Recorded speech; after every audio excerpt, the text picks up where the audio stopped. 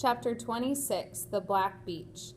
Our Navajo net on board the Bunker Hill was set up in the radio room just above the flag bridge at the very top of the ship. It made for a good place to see what happened on the island. Johnny Manuelito told me about it later. As the last boats of our first wave reached the shore, Johnny watched from the flag bridge. He just set up to send and receive and was waiting for the first messages. The whole island was blanketed with smoke and dust, but he saw through his binoculars that we'd reached the beaches untouched. Just then, something came sneaking down out of the sky, heading right at him. It was a shell from the Japanese guns that had suddenly opened fire. It hit the top deck a few feet below where he was standing, but instead of busting on impact, it bounced off, went spinning down, ricocheted off the next deck, and blew up far below. Johnny stared down in silence for a moment. Things like that, he thought, make you feel glad you performed your ceremony. Then he jumped to his radio that had cracked into life as the shores of Iwo Jima burst into flame. 100 yards in from the beach, what had seemed like a walk in the park had turned into a swim in a sea of fire. The most intense storm of howitzer and mortar shells, machine gun, and small arm fire of any of us had ever experienced was raining down on us. Blue-green vapor lines of Japanese tracer bullets stitched in the air above our head. Once again, I heard the sound that is one of the most awful things anyone can hear. The dull thud between the sound of a slap and a punch of a bullet hitting the body of a human being. I heard it again and again, followed by cries of pain from those who were killed when burning pieces of lead struck them. There was no line of protection between us and the enemy ambush. Our alligators tried to make a quick crawl up the steep slope of the terrace so they could set up a fire line. The black sand was too loose and too deep, spraying sand. A few of them reached the top of the terrace closest to the beach. But where we were, right below Suribachi, it was plain impossible. Our amphibious boats turned around, roared back down onto the beach, and churned their way out the water 50 yards or so. From there, they could at least fire over our heads. That 15-foot rise was just about as hard for a man to climb as for a tracked vehicle. Sand shifted out from under our feet as Smitty and I tried to scramble up the steep slope. My arms were sucked and up to my elbows as I tried to find my balance. Black sand flowed into my face and down my neck, like trying to swim up a waterfall. Smitty grunted as he reached back and grabbed my arm to pull me after him. I didn't say anything. My mouth was too full of sand. Our work was worth it, though. We finally reached the top. A big reward was waiting for us. Not only did we have a great view, but we were fully exposed to the enemy fire that started the exact instant the two of us got there. The Japanese had waited until we Americans had swarmed up the first slopes and were sitting like ducks in the wide plain before the next terrace. Smitty and I fell to our bellies and scrambled like sand lizards to the only cover we could find, a little dip in the ground. Everyone say hi to Miss Smith. And we'll keep going, because this is long. I got out my radio while Smitty dug our foxhole deeper. More Marines were coming in behind us. They needed to know what was happening. I waved at Lieutenant Lewis, who was deepening his own foxhole 50 feet to the right of us. Before long, he had runners bringing me the messages I needed to send back to the ship. Those messages were a measure of how desperate things had been for us by 1100. Receiving steady fire from grid 29B, delivered to Green Beach 1, 5,000 rounds, .30 caliber belted, airstrikes with 100-pound bombs. Miss making me laugh. At 132 North. Estimated battalion casualties 60 killed, 2 radio men down. On board ship, the messages from our Navajo net coordinated gunfire ensured resupply and helped our commanders estimate what had to be done. Taking the island was going to require every available man. The ships carrying the 3rd Division were called in. Many of the things that happened during our first 3 days on Iwo Jima are hard for me to remember. Clearly, grandchildren. That may be just as well. When I think of that time, scattered pictures appear in my mind. Marines running through fire to hurl grenades into pillboxes. Wounded men limping forward into the fight with nothing more than pistols in their hands. A burning Sherman tank lifted right up in the air and flipped upside down by the explosion of a 500-pound bomb that had been buried as a mine. The still, lifeless faces of men who had shared food with me, laughed and joked only hours before, men whose voices I would never hear again. Then there were the smells. The odor of sulfur was everywhere. It mixed with the burning gasoline from the flamethrowers and napalm bombs. The sharp tang of gunpowder, the overheated metal of machine gun barrels, so hot that they were melting. Worst of all was the stench of burning skin, so thick at times that many lost their appetites. By the night of that first long day, though, all were so hungry that they wolfed down whatever they had with them. I remembered brushing big green flies and black grit off my steak sandwich before eating it in the foxhole Smitty and I constantly had to keep digging out of as the hot shifting sand flowed back over our feet. I also hear clear voices when I remember that time. I hear those voices and my own heart grows calm again. They are Navajo voices speaking strongly in our sacred language, speaking over the consciousness of the exploding shells so close that the pressure in the air made it hard to breathe. Speaking above the deadly whir of shrapnel, the snap of Japanese rifles, and the ping of bullets bouncing off the radio equipment. Speaking calmly, speaking even when our enemies tried to confuse us by getting in our frequency to scream loudly in our ears and bang pots and pans. Speaking through that day and the next and the next. Even when our voices grew hoarse, we did not stop. Our Navajo nets kept everything connected like a spider strand spanning distant branches. The winds of Babel never broke our web. As the battle for Iwo Jima raged all around us, our voices held it together. Our first major objective on the island has been to take Mount Suribachi, but the fierce Japanese resistance made it almost impossible. All we could do was creep forward a few feet at a time. It took us 4 days to move halfway up the slope, taking the terrible casualties all the way. Friday was the 5th day of fighting. Company E was directed to capture the summit. By now, Mount Suribachi's caves and chambers were almost empty.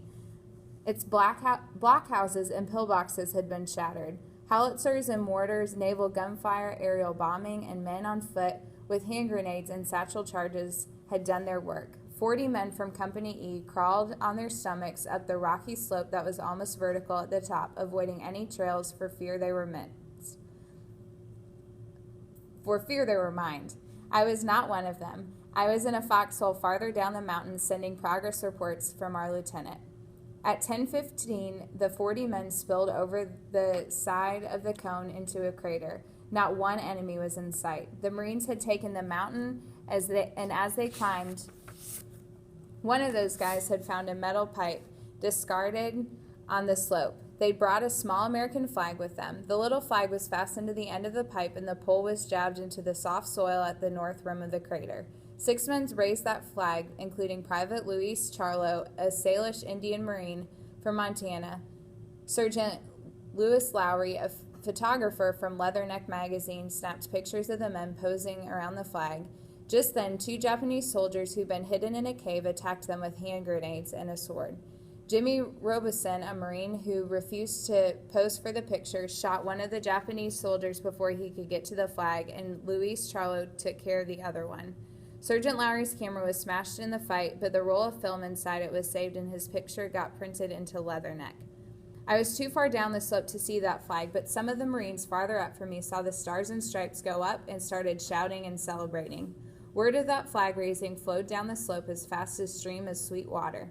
One of the white guys in my company yelled over me from where he was pinned down by enemy fire on the north slope of Montoyama, a ridge in clear view of Suribachi. "Hey, Chief," he shouted. "They raised the stars and stripes. It's over. It's all over now." "Not here," I yelled back to him, ducking as Japanese bullets whizzed over my head. Teddy Draper was the code talker farthest up the slope of Mount Suribachi. He couldn't see the flag either, but his sergeant told him to send the message. So Teddy was the one who first spoke the words in our code, radioing back to General Smith as his command post at the beach. It was a long message because of the words, such as Suribachi, had to be spelled out. To 5th Marine Division Info, ADC. From LT 228 East Company, 3rd Platoon, 1st Lieutenant H.G. Shire's platoon raised U.S. flag and secured Mount Suribachi at 10:20. All over the beachhead, people greeted the news with cheers and shouts. Having that American flag go up was like New Year's Eve. Some men were so moved that they cried. People were ringing bells, blowing whistles, and sounding horns from the boats. On the beach where so many had died, a man just like every other Marine got the message and nodded his head. That man knew how hard the other armed forces had tried to terminate the Marine Corps, even when we did the hardest jobs on the island. This means a Marine Corps for the next 500 years, that man said. He was James Forrestal, the Secretary of the Navy, and he was standing right next to General Howard Madsmith and 2 admirals. As far as they were concerned, we had won. But for those of us Marines who were still in the thick of it, the fight for Iwo Jima was far from over. During that struggle to take Suribachi, 3 more of our Navajo code talkers ended their war. Paul, Sam, Willie. When Paul was hit by machine gun fire and died, he called out to Jimmy Gleason, the other Navajo with him. "Tell my folks," were Paul's last words. Jimmy got into a foxhole but was trapped in the crossfire. His ankle had been shattered. He lay there for 2 days before anyone found him. He ended up losing his leg just below the knee.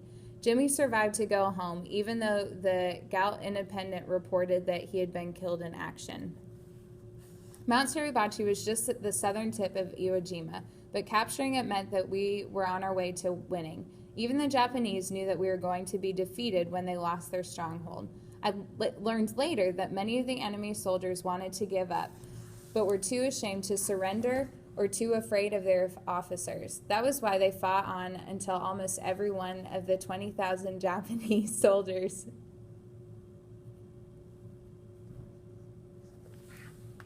Miss Smith's still making me laugh. That was why they fought on until almost every one of the 20,000 Japanese soldiers was dead.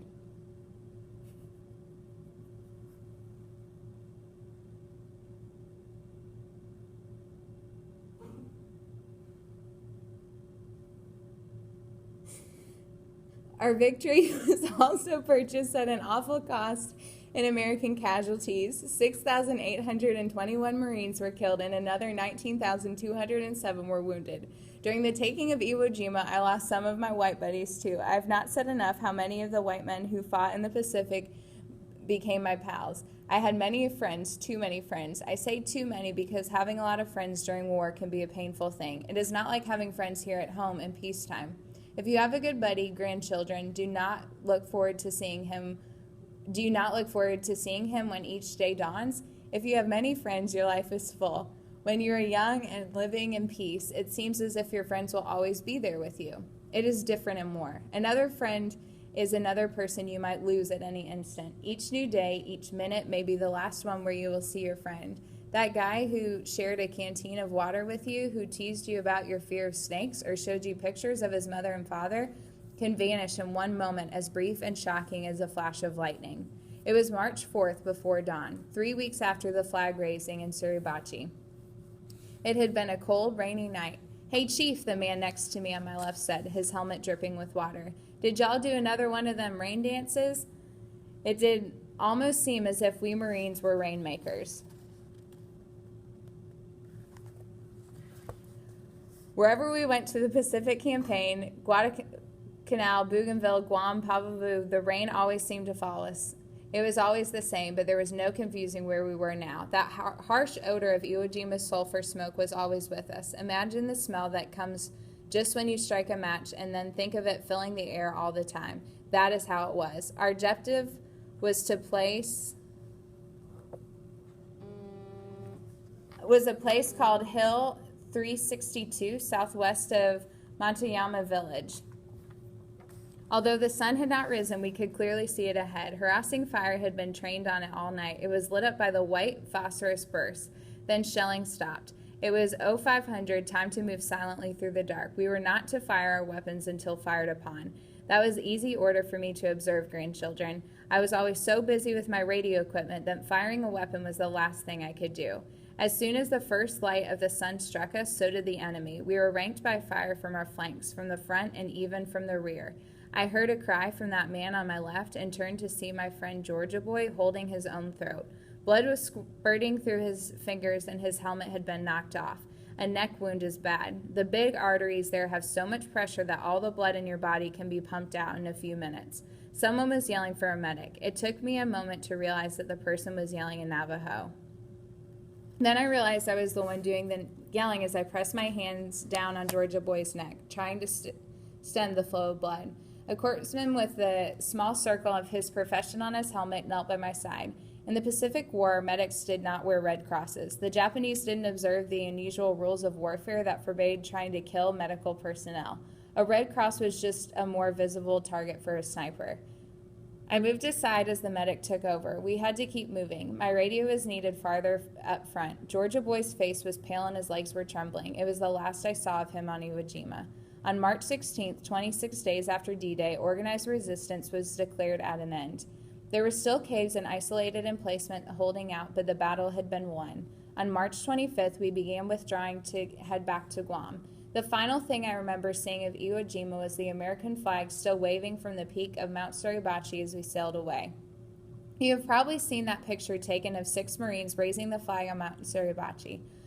It was published all over the world. You can see it here on this medal. In Washington, D.C., at the Marine Corps Memorial, there is a big statue of those Marines raising the flag on Iwo Jima. But if you remember my description of how it was taken, you will realize that this flag was not the first one. 2 hours after it was captured, an Associated Press photographer named Joe Rosenthal decided to go up the top of the mountain, even though everyone told him he was too late. He arrived just at the moment that first flag was being taken down. Colonel Johnson wants to keep this one as a souvenir, he was told, so we're going to put up a bigger one. As soon as the first flag was down, Joe Rosenthal began to take pictures of the Marine putting up that second one. One of those pictures became the most famous photograph from World War II. Ira Hayes, a Pima Indian friend of mine from Arizona, is one farthest on the very left. You can see him reaching the flagpole but not quite touching it. He and the other 5 became famous because of that one photograph. It embarrassed some of them because they all knew it was a replacement flag. I think that even though there was no fighting on top of Mount Suribachi at that time, those 6 men deserved the praise they were given. They were brave and fought hard. 3 of the men were killed not long after the photograph. The other 3, including Ira, were shipped back to the States. Ira toured the country from the Marine Corps promoting the sale of war bonds. When they made Ira into a celebrity, he didn't feel comfortable about it. I think that's one of the reasons he drank so much. Like some of us, like Wilsie Bitsy and me, had been friends with Ira even before the war. So we Navajos thought a lot of Ira after he got back home, all of us being veterans and back in Arizona, all of us being Indians. Ira would tell us how he just couldn't get the war out of his head. He kept seeing the men who had been wounded and hearing their voices. He didn't like to look at that famous photo of himself raising the flag. I wish you had been there with me in that picture, he used to say to Wilsie and me. It's so lonely being there forever without another Indian. Say bye to Mrs. Smith.